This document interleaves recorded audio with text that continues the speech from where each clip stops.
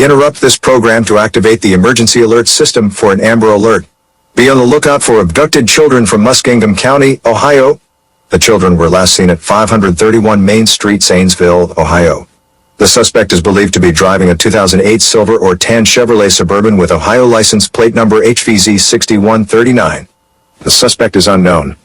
The abducted children are Isaac Shamblin, a 3-year-old white male with blonde hair, last seen wearing a hunter green t-shirt, black sweatpants, black shoes, and Cale Clark, a 1-year-old white male, last seen wearing blue Columbia jacket and a white onesie.